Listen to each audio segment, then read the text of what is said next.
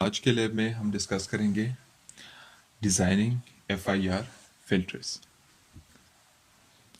Filter क्या चीज़ है? Filter is a term that describe a device that discriminates according to some attribute of the object applied at the input। ठीक है, filter क्या करता है? जो इनपुट आप इस फिल्टर को प्रोवाइड करते हैं उसको on the base of some condition उस इनपुट को उसके अंदर जितने कंपोनेंट्स हो उनको एक दूसरे से सेपरेट करता है on the base of some condition. Like for example, हमारे पास अगर एयर फिल्टर को हम कंसिडर कर ले तो एयर फिल्टर क्या करता है? वो एयर को अलाउ करता है टू पास थ्रू, बट वो प्रिवेंट करता है डस्ट को उसको पास होने नहीं देता। इसी तरह अगर हम एक पेपर फिल्टर को अगर हम कंसिडर कर ले तो वो क्या करता है? वो लिक्विड को फिल्टर करता है। अगर लिक्विड के अंदर कोई सस्पेंडेड पार्टिकल्स हैं और उसको उस लिक्विड से सेपरेट करना हो तो उसके लिए हम पेपर फिल्टर को यूज़ करके जो लिक्विड है वो सेपरेट हो जाता है सस्पेंडेड पार्टिकल से। ठीक है, इसी तरीके से हम फिल्टरिंग जो है हम सिग्नल्स एंड सिस्टम्स के केस में भी करते हैं। तो यहाँ पे डिजिटल सिग्नल प्रोसेसिंग में भी हम फिल्टर्स को यूज़ करते हैं to separate one frequency component from the other. ठीक है, जिस तरह हमने पिछले लैब्स में मूविंग एवरेज फिल्टर को कवर किया था, वो क्या करता था कि वो नॉइस को फिल्टर आउट करता था फ्रॉम योर डिजायर्ड सिग्नल। ठीक है, तो जितने भी हमारे पास लीनियर टाइम इनवेरिएंट सिस्टम है उनका भी यही काम होता है कि वो क्या करते हैं, वो क्या परफॉर्म करते हैं, वो डिस्क्रिमिनेशन करते हैं या फिल्टरिंग करते हैं among various frequency components that are applied at its inputs. Different type के जो फिल्टर्स हैं हमारे पास वो है low pass, high pass, band pass and band stop. Low pass filter क्या करता है?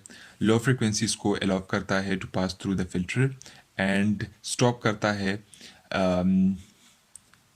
हाई फ्रिक्वेंसी कंपोनेंट्स को।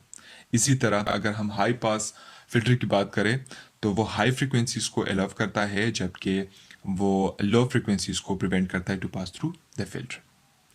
इसी तरह बैंड पास में क्या होता है? एक रेंज ऑफ फ्रिक्वेंसी उसको एक रेंज ऑफ फ्रिक्वेंसी को वो पास करता है, वो अलाउ करता है, और अदर देन दैट रेंज अगर कोई फ्रिक्वेंसी कंपोनेंट्स आता है तो उसको वो प्रिवेंट करता है। इसी तरह बैंड स्टॉप जो है एक ख़ास किस्म के रेंज के अंदर फ्रिक्वेंसीज को स्टॉप करता है, और अगर उस रेंज से कोई फ्रिक्वेंसी कंपोनेंट बाहर हो तो वो उसको फिल्टर आउट कर देता है। ठीक है, अब हम जो इम्पल्स रिस्पॉन्स होता है हमारे पास फिल्टर का, उसमें दो प्रॉब्लम्स हैं। एक तो ये कि उसका जो इम्पल्स रिस्पॉन्स होता है वो होता है फॉर द इनफाइनाइट ड्यूरेशन। ठीक है, और दूसरा प्रॉब्लम उसमें ये होता है, जो फिल्टर का इम्पल्स रिस्पॉन्स होता है उसमें दूसरा प्रॉब्लम ये है कि वो नॉन कॉजल होता है। तो नॉन कॉजिलिटी को तो हम सिंपली प्रिवेंट कर सकते हैं बाय यूजिंग शिफ्टिंग। अगर हम सिग्नल को शिफ्ट कर दे और उसको रिस्ट्रिक्ट करें कि उसका जो पहला टर्म है वो जीरो से स्टार्ट हो तो नॉन कॉजिलिटी का प्रॉब्लम तो हैंडल हो जाता है। लेकिन अगर हम जो दूसरा प्रॉब्लम है which is of infinite duration of the impulse response, तो उसको हम कैसे हैंडल कर सकते हैं? उसका तरीका ये है कि उसको हम ट्रंकेट कर लें। फॉर एग्जाम्पल, हम उसको ट्रंकेट कर देते हैं at n equals to m-1। For example, हमारे पास एक इम्पल्स रिस्पॉन्स है, उसको हमने h0 ऑफ n से रिप्रेजेंट कर दिया। ठीक है, अब ये जो h0 ऑफ n है, this is the impulse response of A filter. अब इसमें दो प्रॉब्लम्स हैं। एक प्रॉब्लम तो ये है कि ये नॉन कॉजल होता है, दूसरा ये कि इसका जो ड्यूरेशन है वो इनफाइनाइट होता है। ठीक है, तो नॉन कॉजिलिटी को हमने बात की कि उसको हम हैंडल कर सकते हैं यूजिंग शिफ्टिंग। अब जो इसकी जो इनफाइनाइट ड्यूरेशन है उसको हम कैसे हैंडल कर सकते हैं? अगर हम इस h0 ऑफ n को ट्रंकेट कर दें किसी पॉइंट पे। फॉर एग्जांपल, हम इसको n इक्वल्स टू m-1 तक कंसिडर करते हैं, इस h0 ऑफ n को फ्रॉम 0 टू m-1। ठीक है, तो बाकी 0 से m-1 तक तो हमने कंसिडर कर दिया, लेकिन जो बाकी पॉइंट्स रह गए उसको हमने नेग्लेक्ट कर दिया, विच मीन्स कि हमने इस h नॉट ऑफ n को ट्रंकेट कर दिया। अब ये जो ट्रंकेशन है ये हम किस तरह से करते हैं? 0 से up to n equals to m-1 हम ट्रंकेशन कर रहे हैं, तो हम कैसे करेंगे इस चीज़ को? Up to design an FIR filter of length m, this truncation is actually equivalent to multiplying your h naught of n, which is the impulse response, by a window function. अब विंडो फंक्शन क्या चीज़ है? ये जो हमने अभी बात की कि हम 0 से m-1 तक के पॉइंट्स को कंसिडर कर लेंगे, बाकी पॉइंट्स को हम इग्नोर कर देंगे। तो ये एक्चुअली हम कैसे गेट कर सकते हैं? Using that window function. अब हमारे केस में हमारा जो केस है इसमें हमारे पास जो विंडो फंक्शन है वो क्या है? दैट इज इसको फॉर एग्जांपल हम ओमेगा से या डब्ल्यू से, विंडो फंक्शन को हमने डब्ल्यू से रिप्रेजेंट कर दिया, ठीक है। और ये हमारे पास इस केस में इक्वल हो जाएगा it's 1 f n equals to 0 1 up to m-1, लेकिन इट्स 0 अदरवाइज। तो अगर हम अपने h ऑफ n को इस ओमेगा के साथ मल्टीप्लाई कर देंगे तो हमारा जो impulse response of the filter है वो क्या हो जाएगा? वो फाइनाइट हो जाएगा, ठीक है। लाइक अगर हम इससे h ऑफ n गेट करना चाहते हैं तो हम क्या कर लेंगे? हम h नॉट ऑफ n को मल्टीप्लाई कर देंगे विद ओमेगा। तो इससे हमारे पास जो h ऑफ n आ जाएगा that will be h not of n f n equals to 0 1 up to m-1 and 0 otherwise. It means कि h नॉट ऑफ n अब हमारे पास एग्जिस्ट करेगा for this number of times, ठीक है। तो इस तरीके से हम क्या कर लेते हैं? हम impulse response of the filter को फाइनाइट कर देते हैं। अब जो विंडो फंक्शंस है, ये जो अभी हमने जिस विंडो की बात की वो थी रेक्टेंगुलर विंडो, जिसमें हमने 0 से m-1 तक के पॉइंट्स कंसिडर कर लिए, बाकी पॉइंट्स को हमने इग्नोर कर दिया। तो this kind of window is called rectangular window. अब विंडोज़ हमारे पास जो विंडो फंक्शंस है वो हमारे पास डिफरेंट किस्म के हैं, जिसमें हमारे पास बार्टलेट, जिसको ट्राइंगुलर विंडो भी कहा जा सकता है, ठीक है। इसी तरह ब्लैकमैन, हैमिंग, हैनिंग, कैसर विंडो, ये सारे विंडोज़ हैं जिसके साथ आप अपने सिग्नल्स को जिसके साथ आप अपने फिल्टर के इम्पल्स रिस्पॉन्स को अगर मल्टीप्लाई कर ले तो उसका जो ड्यूरेशन है वो फाइनाइट हो जाता है। हर एक जो विंडो फंक्शन है उसकी हर एक की अपनी अपनी एडवांटेजेस हैं और हर एक की अपने अपने एप्लीकेशंस हैं, ठीक है। मैटलैब के अंदर अगर हम अपने फिल्टर्स को डिज़ाइन करते हैं तो उसके लिए हम क्या करते हैं? हम जो टूल यूज़ करते हैं दैट इज़ FDA टूल। इसमें आप डिफरेंट टाइप के जो फिल्टर हैं वो डिज़ाइन कर सकते हैं using different kinds of windows functions that are available in this tool, ठीक है। तो मैटलैब ओपन करते हैं और उसमें देखते हैं कि किस तरह से हम किसी फिल्टर को उसके अंदर डिज़ाइन करते हैं। FDA टूल को ओपन करने के लिए या उसको रन करने के लिए आप लोग यहाँ पे कमांड विंडो में FDA टूल लिख लेते हैं और इंटर कर देते हैं, तो FDA टूल ओपन हो जाता है। FDA stand for filter design and analysis. तो FDA टूल यहाँ पे ओपन हो गया है।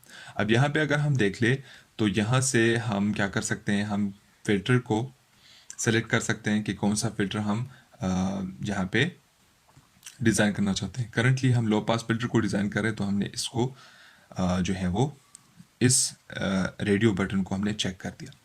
इसी तरह हम क्या करें? हम फाइनाइट इम्पल्स रिस्पॉन्स जो वो है FIR फिल्टर्स हैं उसको डिज़ाइन कर रहे हैं, तो यहाँ पे हमने क्या कर दिया? हमने FIR का रेडियो बटन सेलेक्ट कर दिया, ठीक है। इसमें अगर आप फिर देख लें तो हमारे पास डिफरेंट काइंड के विंडोज़ हैं, डिफरेंट काइंड के ऑप्शंस हैं, जिसमें हम क्या सेलेक्ट कर रहे हैं? विंडो, क्योंकि हम इस लैब के अंदर जो फिल्टर डिज़ाइन कर रहे हैं वो हम थ्रू विंडो फंक्शन वो कर रहे हैं, डिज़ाइन कर रहे हैं, ठीक है। जब हमने यहाँ पे विंडो सेलेक्ट कर दिया FIR में, तो फिर हम यहाँ पे आके विंडो को चेंज कर सकते हैं। करंटली हमारे पास विंडो जो सेलेक्टेड है वो है कैसर। यहाँ पे आपके पास डिफरेंट विंडो फंक्शंस हैं जिसमें आप किसी भी विंडो फंक्शन को सेलेक्ट कर सकते हैं। फॉर एग्जांपल रेक्टेंगुलर को मैंने सेलेक्ट कर दिया, ठीक है। यहाँ पे आप ऑर्डर को स्पेसिफाई करते हैं। फॉर एग्जांपल मैं थर्ड ऑर्डर फिल्टर को डिज़ाइन कर रहा हूँ, तो इसलिए मैंने क्या कर दिया, मैंने यहाँ पे 3 स्पेसिफाई कर दिया। ऑर्डर 3 का फिल्टर मैं डिज़ाइन करने वाला। यहाँ पे हमारे पास जो यूनिट है फ्रीक्वेंसी का वो है हर्ट्स। सैम्पलिंग फ्रीक्वेंसी आप लोगों को जितनी रखनी हो, जितना रिक्वायरमेंट हो, आप यहाँ पे रख सकते हैं। फॉर एग्जांपल यहाँ पे मैंने सैम्पलिंग फ्रीक्वेंसी 4000 रखी और cut off frequency for example हम रख लेते हैं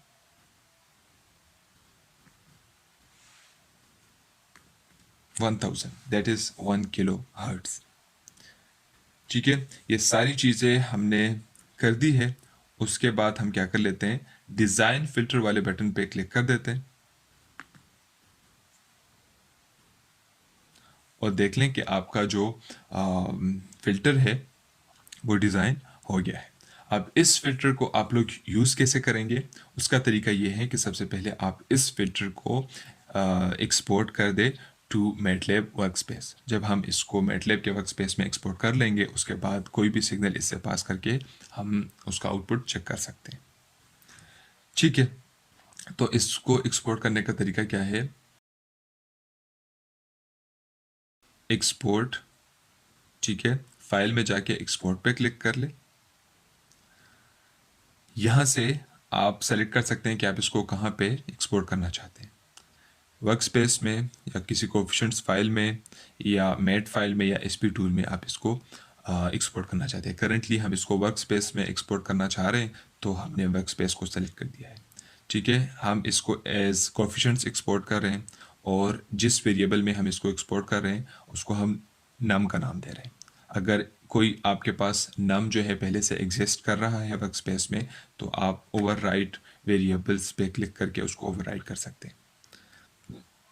एक्सपोर्ट पे क्लिक कर ले तो आप देख लें कि आपके पास वर्कस्पेस में नम नाम के वेरिएबल से आपके पास एक वेरिएबल वहाँ पे क्रिएट हो गया और उसके अंदर आपके पास जो फिल्टर के कोएफिशिएंट्स हैं वो आ गए हैं। अब फिल्टर हमने डिज़ाइन कर दिया है low pass filter of order 3 और उसकी सैम्पलिंग फ्रीक्वेंसी हमने रखी है 8000 और उसकी कट ऑफ फ्रीक्वेंसी हमने रखी है 1000।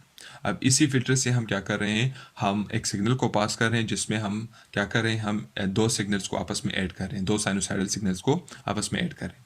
एक सिग्नल हमने डिफाइन कर दिया साइनोसाइडल और उसकी फ्रीक्वेंसी हमने रखी 10 हर्ट्ज़ की, और दूसरा हमने साइनोसाइडल जो है वो डिफाइन कर दिया और उसकी फ्रीक्वेंसी हमने 20 रख दी। ठीक है, सैम्पलिंग फ्रीक्वेंसी यहाँ पे हमने 1000 रखी हुई है और हम यहाँ पे जो टी है उसको जनरेट कर रहे हैं फ्रॉम 0 to 0.35 तक के ड्यूरेशन के लिए। ठीक है, तो फिर हम क्या कर रहे हैं, हम नीचे दोनों सिग्नल्स को एक्स के अंदर ऐड कर रहे हैं और फिर उसी सिग्नल को हम प्लॉट कर रहे हैं। इसी तरह फिर हमने उसी सिग्नल के अंदर जो हमारा इनपुट सिग्नल था उसके अंदर हमने नॉइज़ ऐड कर दिया यूजिंग रैंड एन फंक्शन और उसको अपने ओरिजिनल सिग्नल के साथ ऐड भी कर दिया। नॉइज़ जनरेट करके अपने इनपुट सिग्नल के लिंक का नॉइज़ जनरेट करके हमने उसको अपने इनपुट सिग्नल के अंदर ऐड कर दिया और उसको एक्स एन के नाम से स्टोर कर दिया, सेव कर दिया। ठीक है, फिर हमने उसी नॉइजी सिग्नल को भी प्लॉट कर दिया, उसके बाद हम उसको फिल्टर से पास कर रहे हैं। ठीक है, न्यूमरेटर के कोफिशिएंट्स हमें मिल गए हैं तो हमने फिल्टर को वो पास कर दिए। डिनोमिनेटर में करंटली हमारे पास चूँकि FIR फिल्टर है तो इसमें हमारे पास जितने भी इसके पोल्स होते हैं वो सारे ओरिजिन पे होते हैं, इसलिए यहाँ पे जो डिनोमिनेटर है उसको हमने 1 कंसिडर कर दिया। ठीक है, और थर्ड पैरामीटर में हम उसको अपना नॉइजी सिग्नल पास कर रहे हैं। तो y में हम उसको स्टोर कर रहे हैं और फिल्टर को हमने 3 पैरामीटर्स पास कर दिए। एक न्यूमरेटर के कोफिशिएंट्स जिसको हमने FDA टूल से एक्सपोर्ट करके यहाँ पे इंपोर्ट कर दिया है और यहाँ पे हम उसको फिर अपने फिल्टर के अंदर यूज़ करें। तो ये हमारे न्यूमरेटर के कोफिशिएंट्स, ये डिनोमिनेटर के कोफिशिएंट्स, डिनोमिनेटर में कोई कोफिशिएंट नहीं है लिहाजा हम यहाँ पे 1 लिख रहे हैं। ठीक है। और उसके बाद थर्ड पैरामीटर में हम उसको अपना नॉइजी सिग्नल पास करें ताकि हम उसको इस फिल्टर से पास कर सकें। इसको रन करते हैं और देखते हैं हमारे पास आउटपुट क्या आता है। ठीक है, यहाँ पे अगर हम देख लें तो ये हमारा इनपुट सिग्नल था, उसके साथ हमने नॉइस ऐड कर दिया तो इस तरह का बन गया, और जब हमने फिल्टर से उसको पास कर दिया तो वो इस तरह का बन गया। इसी तरीके से आप FDA टूल के अंदर कोई भी फिल्टर डिज़ाइन करके उसको यहाँ से एक्सपोर्ट कर सकते हैं, वहाँ पे उसको इसी तरीके से यूज़ कर सकते हैं। ठीक है, अगर आपको हाई पास फिल्टर चाहिए तो आप इसको हाई पास कर दें। आपको बैंड पास चाहिए तो यहाँ से बैंड पास को सेलेक्ट कर दें। अगर आपको बैंड स्टॉप चाहिए तो उसके लिए यहाँ पे बैंड स्टॉप सेलेक्ट कर लें। ठीक है, बैंड स्टॉप और बैंड पास के लिए आप लोगों के पास यहाँ पे कट ऑफ फ्रिक्वेंसी के दो ऑप्शंस आते हैं, first cut off frequency and second cut off frequency. इस फ्रिक्वेंसी रेंज के अंदर आपके पास जितनी भी फ्रिक्वेंसी कंपोनेंट्स होंगे वो सारे पास होंगे, अलाउ होंगे, और अदरवाइज जितने भी इन इन फ्रिक्वेंसी रेंजेस के बाहर जितने भी आपके फ्रिक्वेंसी कंपोनेंट्स हैं ये फिल्टर उसको स्टॉप करता जाएगा। ठीक है, and the same is for band stop. Band stop को जब हम सेलेक्ट करते हैं उसमें भी हमारे पास दो कट ऑफ फ्रिक्वेंसीज हैं। इस फ्रिक्वेंसी के अंदर आपके पास जितने फ्रिक्वेंसी कंपोनेंट्स होंगे वो सारे स्टॉप होंगे, और इस रेंज के बाहर जितने भी फ्रिक्वेंसी कंपोनेंट्स होंगे वो सारे अलाउ होंगे। ठीक है, तो इस तरीके से आप लोग FTA टूल के अंदर जिस तरह का भी फ़िल्टर डिज़ाइन करना हो, इसमें जितने भी ऑप्शंस हैं ये सारे फ़िल्टर्स जो हैं इसके अंदर डिज़ाइन किए जा सकते हैं। अच्छा, प्रैक्टिकल में क्या है? Using the FDA tool of MATLAB obtain the coefficients of third order, seventh order and 10th order FIR low pass filter with a cutoff frequency of 4000 Hz sample at 8000 Hz. The simulation of a filter is shown in figure this, and perform the procedure for rectangular, Hamming, Han, Bartlett, flat top and Kessler windows. Generate a signal composed of three sinusoids of 10, 20 and 50 Hz. ठीक है, यहाँ पे अगर आप लोग देख लें तो अभी हमने जो फिल्टर डिज़ाइन किया था वो थर्ड ऑर्डर का डिज़ाइन किया था। आप लोगों ने इस प्रैक्टिकल के अंदर सेवन्थ ऑर्डर का भी फिल्टर डिज़ाइन करना है और 10th ऑर्डर का भी डिज़ाइन करना है। ठीक है, अगर आप यहाँ पे देख लें तो यहाँ पे आप ऑर्डर स्पेसिफाई कर सकते हैं फ़िल्टर का। अभी करंटली हमने जो फ़िल्टर डिज़ाइन किया हुआ है ये थर्ड ऑर्डर है। आपसे प्रैक्टिकल में मांगा जा रहा है कि आप सेवन्थ ऑर्डर का भी फ़िल्टर डिज़ाइन कर दें और 10th ऑर्डर का भी फ़िल्टर डिज़ाइन कर दें। ठीक है, इसी तरह आप लोगों ने कट ऑफ फ्रिक्वेंसी जो है वो रखनी है 4000 हर्ट्ज। कट ऑफ फ्रिक्वेंसी कौन सी फ्रिक्वेंसी होती है? यानी आपके पास जितने भी फ्रिक्वेंसी कंपोनेंट्स हैं जो up to cut off frequency है in case of low pass filter, 0 से लेकर कट ऑफ फ्रिक्वेंसी तक जितने भी आपके फ्रिक्वेंसी कंपोनेंट्स हैं उनको अलाउ किया जाता है, और कट ऑफ फ्रिक्वेंसी के बाद ग्रेटर उससे जितने भी आपके पास फ्रिक्वेंसी कंपोनेंट्स हैं उन सारों को स्टॉप किया जाता है। तो कट ऑफ फ्रिक्वेंसी आप लोगों ने 4000 हर्ट्ज रखनी है और उसकी सैम्पलिंग फ्रिक्वेंसी आप लोगों ने 8000 हर्ट्ज रखनी है। ओके, और इस प्रोसीजर को आप लोगों ने परफॉर्म करना है फॉर रेक्टेंगुलर विंडो। अभी हमने जो किया वो हमने रेक्टेंगुलर के लिए किया, आप लोगों ने हैमिंग के लिए भी करना है, रेक्टेंगुलर के लिए भी करना है, हैंड के लिए भी करना है, और बाकी जितने विंडोज़ यहाँ पे गिवन है उन सब के लिए आप लोगों ने इस फिल्टर को डिज़ाइन करके उसका जो है आउटपुट आप लोगों ने देखना है कि किसका आउटपुट ज़्यादा बेहतर आता है। ठीक है, आप लोग जब फिल्टर डिज़ाइन कर दें 4000 हर्ट्ज के कट ऑफ फ्रिक्वेंसी का और 8000 हर्ट्ज की सैम्पलिंग फ्रिक्वेंसी का, एंड ऑफ दीज ऑर्डर्स जब आप लोग फिल्टर डिज़ाइन कर देंगे उसके बाद उस फिल्टर से आप लोगों ने एक इनपुट सिग्नल पास करना है और फिर उस सिग्नल को नॉइज़ के साथ कॉन्टिमिनेट करना है। पहले उस सिग्नल को नॉइज़ के साथ कॉन्टिमिनेट करना है और फिर उस फिल्टर से पास करके उसका आउटपुट चेक करना है। तो जो इनपुट सिग्नल आप लोगों ने उससे पास करना है वो आप लोगों ने क्या लेना है? वो आप लोगों ने 3 साइनोसाइडल सिग्नल्स जनरेट करने हैं 10, 20 और 50 हर्ट्ज़ के। तीनों को आपस में ऐड करना है और उनको नॉइज़ के साथ कॉन्टिमिनेट कर देना है जिस तरह भी हमने किया, और फिर जो फिल्टर आप लोगों ने FT टूल में डिज़ाइन किया होता है उसको एक्सपोर्ट करके उससे अपना इनपुट सिग्नल पास करेंगे और आउटपुट जो है उसका ऑब्जर्व करेंगे और उसको अपने लैब रिपोर्ट के अंदर इंक्लूड भी करेंगे। ठीक है, एट द एंड आप लोगों ने करना क्या है कि draw the time and frequency domain plots of the signal. तो टाइम डोमेन और फ्रीक्वेंसी डोमेन प्लॉट्स आप किस तरह से किसी सिग्नल का करते हैं वो ऑलरेडी हम पिछले लैब्स में कवर कर चुके हैं। टाइम डोमेन का तो हम करते आ रहे हैं, और फ्रिक्वेंसी डोमेन पिछले 2 लैब्स में हम कर चुके हैं कि किस तरह से आप किसी सिग्नल को फ्रिक्वेंसी डोमेन में जो है वो कन्वर्ट करके उसको प्लॉट कर सकते हैं। ठीक है, बाकी इसी प्रैक्टिकल पे, जो ऊपर प्रैक्टिकल आप लोगों ने करना है, उसी के बेस पे कुछ क्वेश्चंस नीचे गिवन है, उसके आप लोगों ने आंसर देने।